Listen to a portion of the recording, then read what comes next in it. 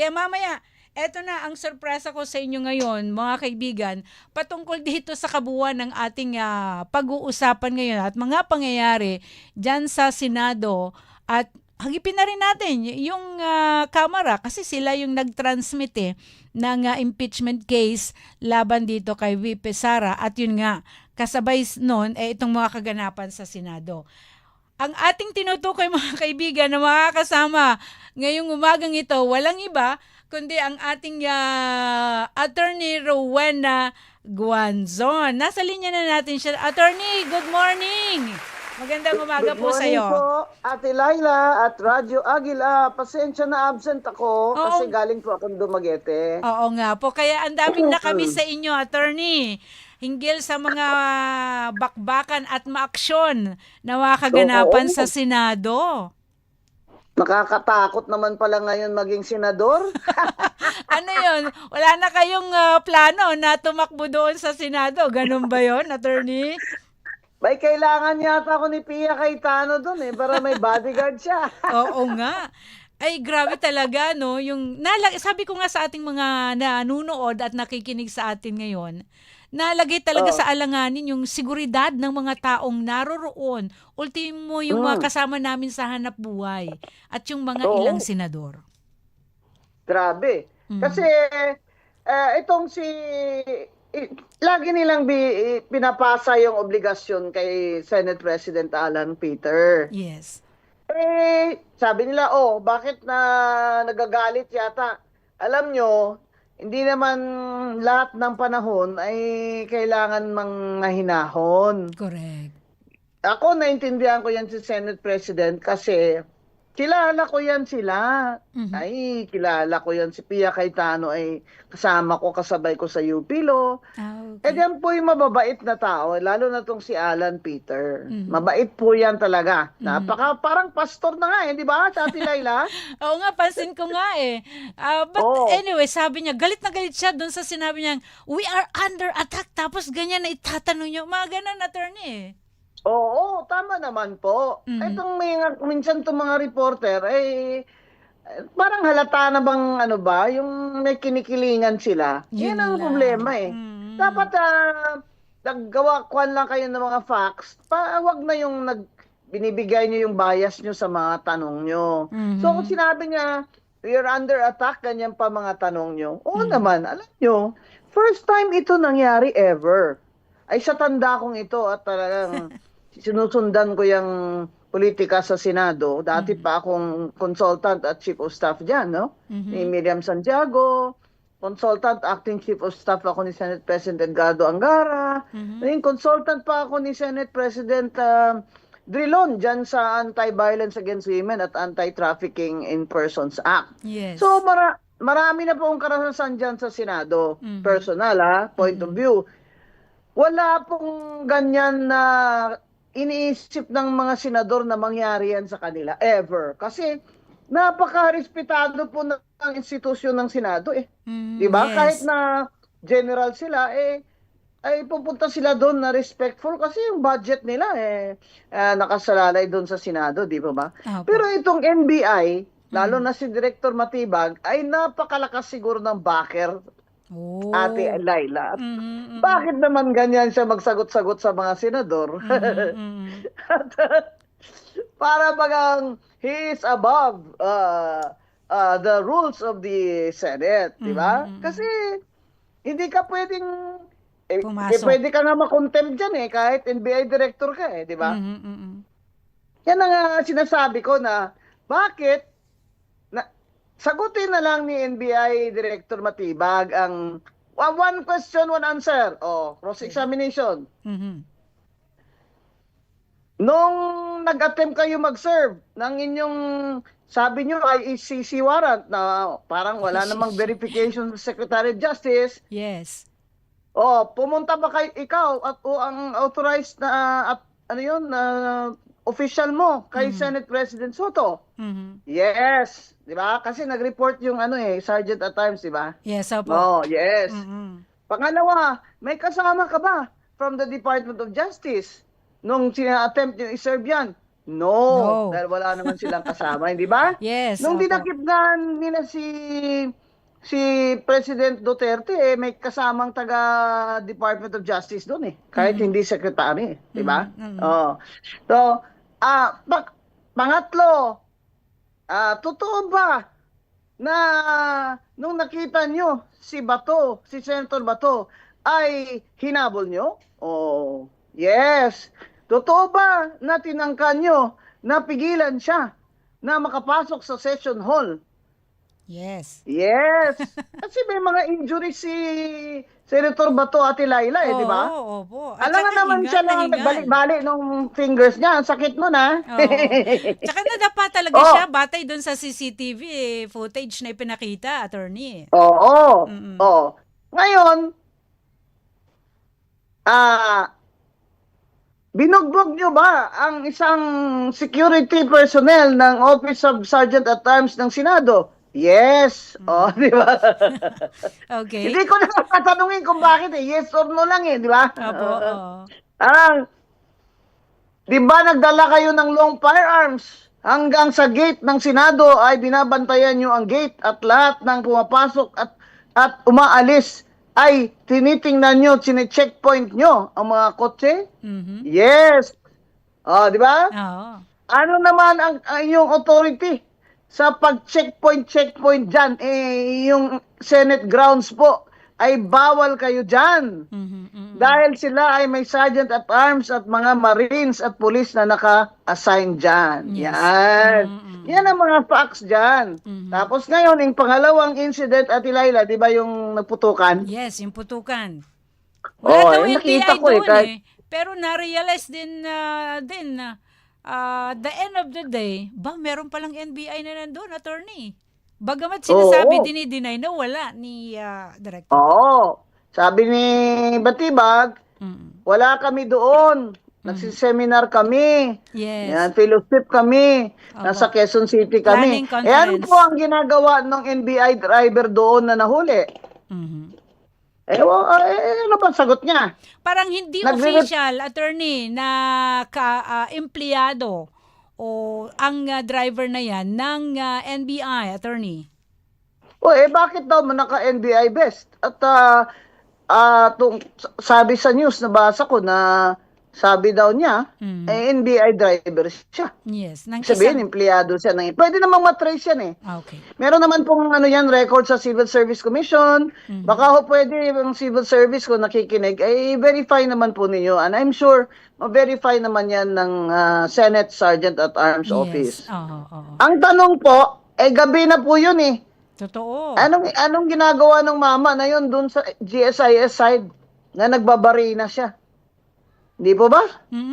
At yung sinabi nila na bakit nagpaputok daw yung sergeant at arms, pinatay yung ilaw.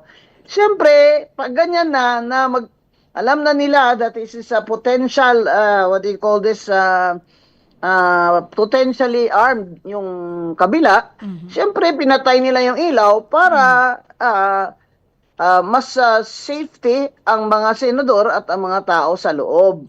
Di ba?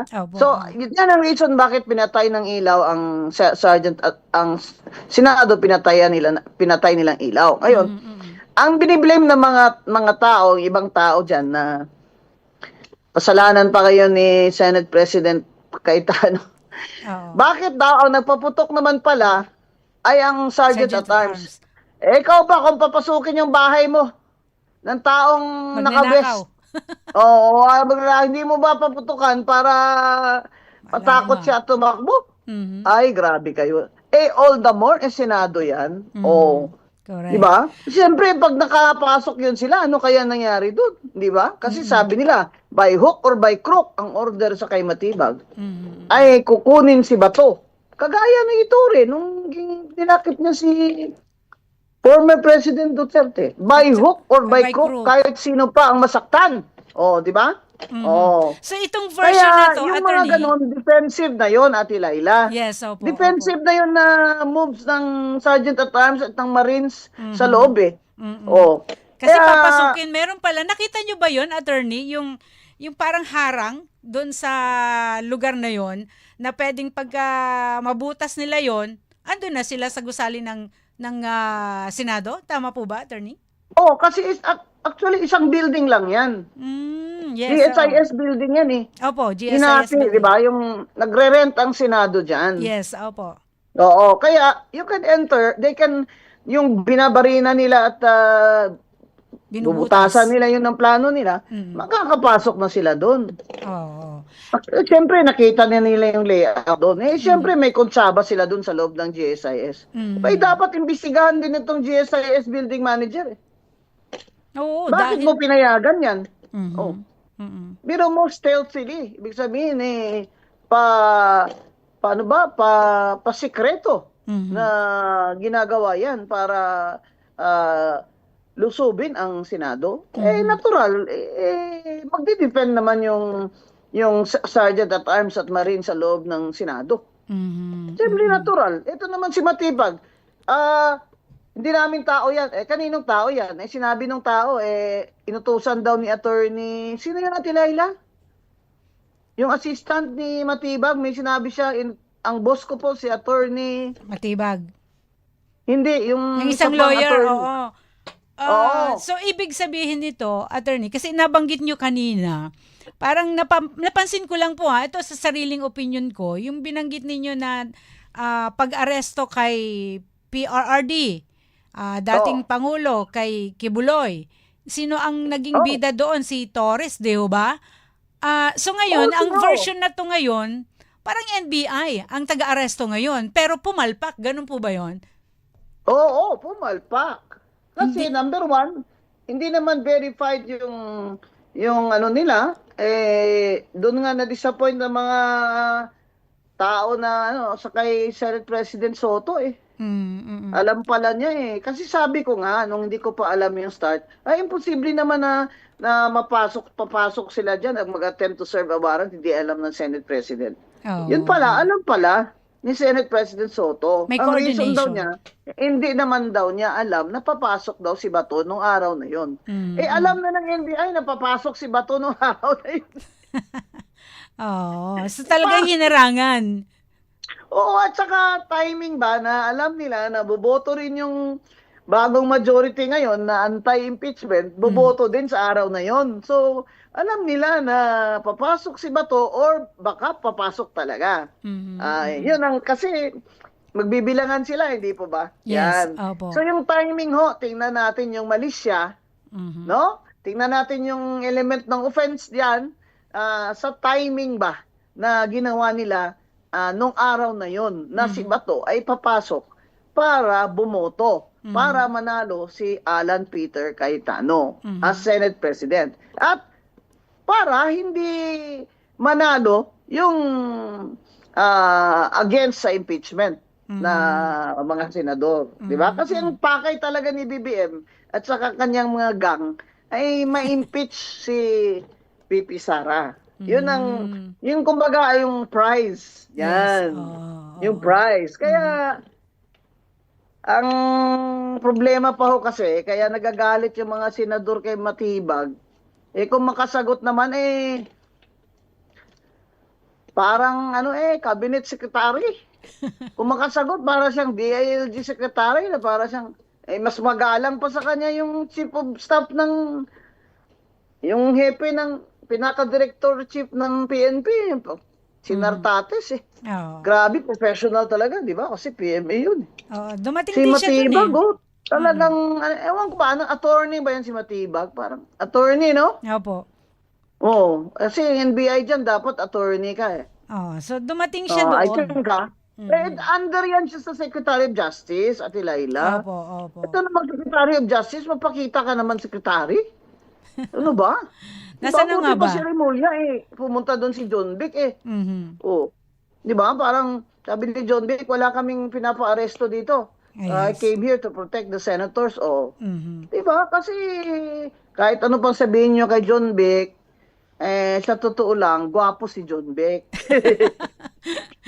May itsura ba, attorney? Ay, mabait naman eh. Oo. Kumbaga, ay career naman na politician. Di Mhm, ba? mhm. May konti siyang statesmanship at may reputasyon din siya na pangagalagaan niya. Mhm. Siyempre si Matibag, wala naman siyang reputasyon na pangagalagaan niya, kung sino ang nag-utos talaga sa kanya, mataas talaga ang ranggo. Mhm. Kasi ang lakas-lakas ng dating niya. Yan. Eh, Mhm. sino pa ba ang mataas ang ranggo? Eh, di si BBM.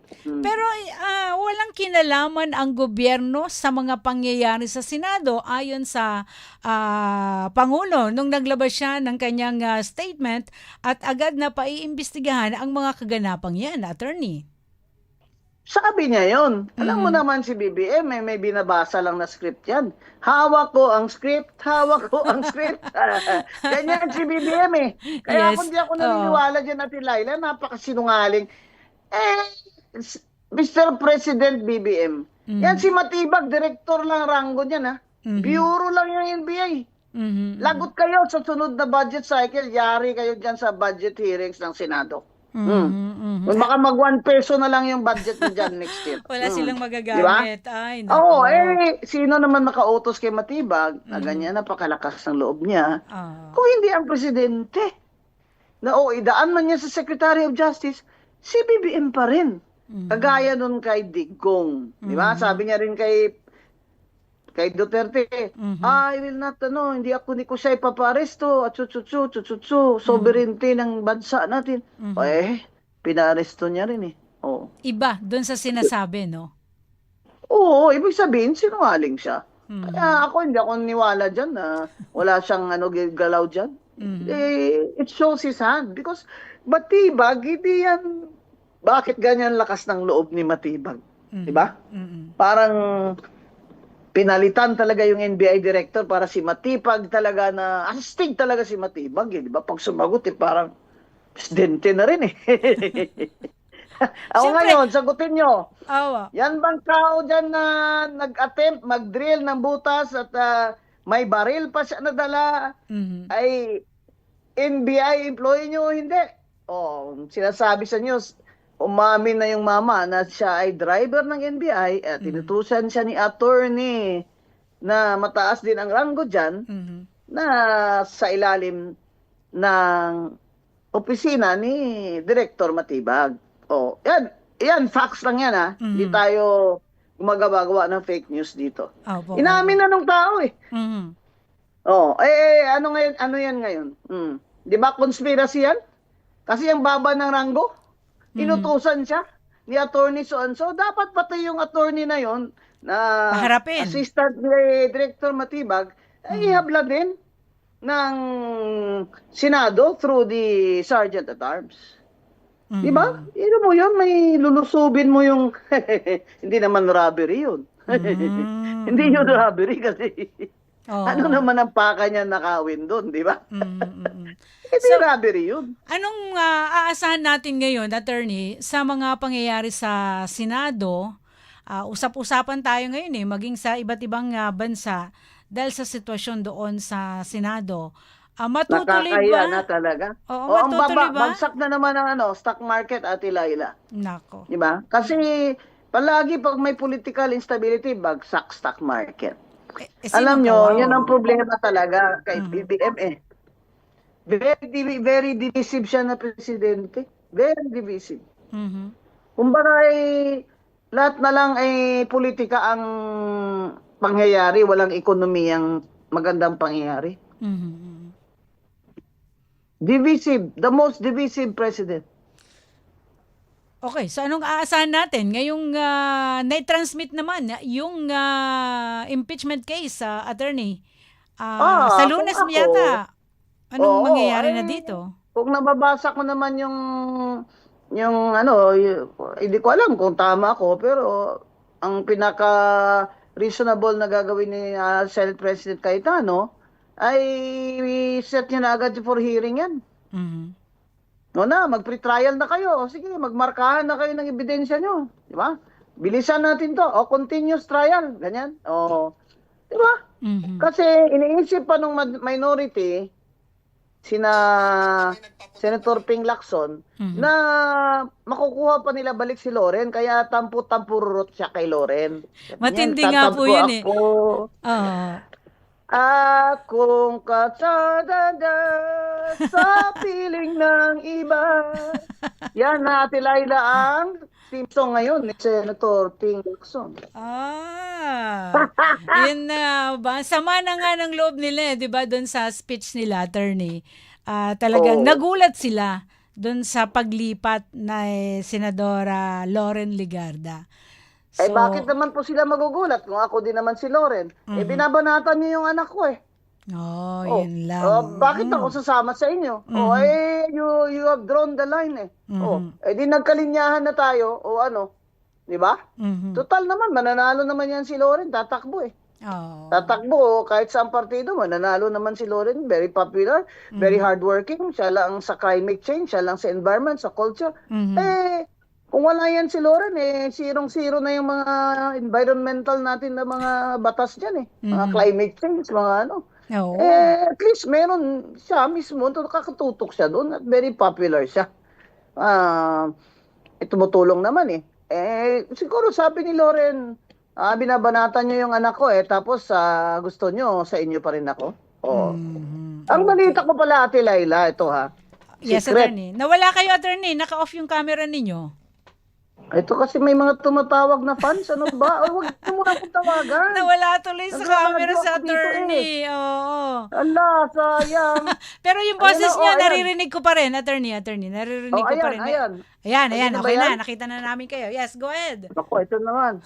Pamalubat. Ito. Ayan. Ito. Ayan, nakikita mo na ako, ate. Yes, nakikita ko na po kayo. Mga anak, mga kabarkada, wag niyo mo akong tawagan. Radyo Agila pa po. Kasama pa natin si attorney. Go ahead. Yung sikat ha, Ate Laila. Sikat na. Nagtatawag daw ang Malacanang sa ilang senador.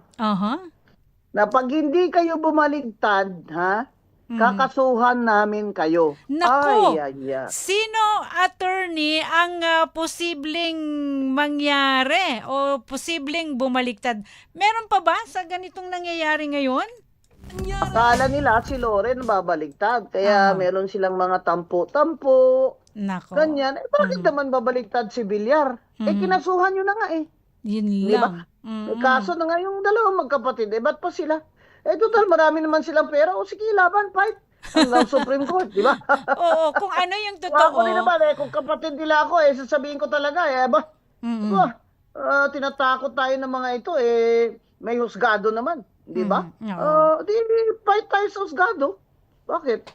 Yan ang ano ko dyan sa Malacanang. Pag hindi ka naman, ang hirap naman ito para bang ang strategy ay para bang padala ng maleta. Kung ayaw ng maleta, takutin na kakasuhan. Bay, sakit naman yan. Hindi naman po tayo dapat ganyan. Hinalal naman natin yung mga senador natin.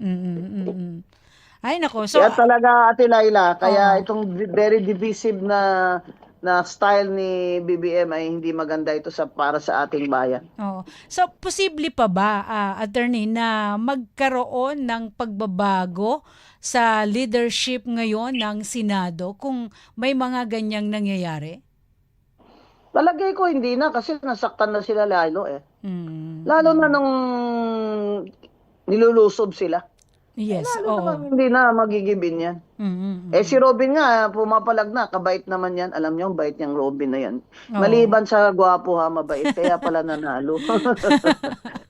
Oo nga pala, na-mention nyo, si Robin Padilla, nagkaroon ng konting tension din sa dalawa si Kiko Pangilinan, Senator Kiko Pangilinan at sa kanya, na nasigawan at na-hurt si kasi Senador Padilla. Sabi ni Robin, bakit mo ba ako sinisigawan? Ba't yun naman sinisigawan yan? Ang gwapo niyan. Bakit mo ba? Wala na tayong karapatang manigaw sa gwapo, attorney? Wala na ba tayong karapatan dyan maging gwapo? Yun, no? At saka, ito naman si Senator Kiko, sabi ng mga fans tuloy, may hugot ka. May hugot ka dahil naging boyfriend ni Sharon si Robin, Hindi ako nagsabi niya kayo yan, attorney, Ako, Sen Kiko. Mahirap mo talaga na maging asawa ni Sharon Cuneta. Ay, nako. Para mapapakanta kayo niyan, ha? Ano yung kanta ni Oh. Sharon? Balutin Sharon? mo ako ng Oh, liwanag. oo, Di ba? oo, Ng iyong balutin. pagmamahal. Ewan ko. No. Hindi ako Meron pang Ano kung po yun? maputi Na na ang buhok buhok ko. ko. Kung maputi na ang buhok ko.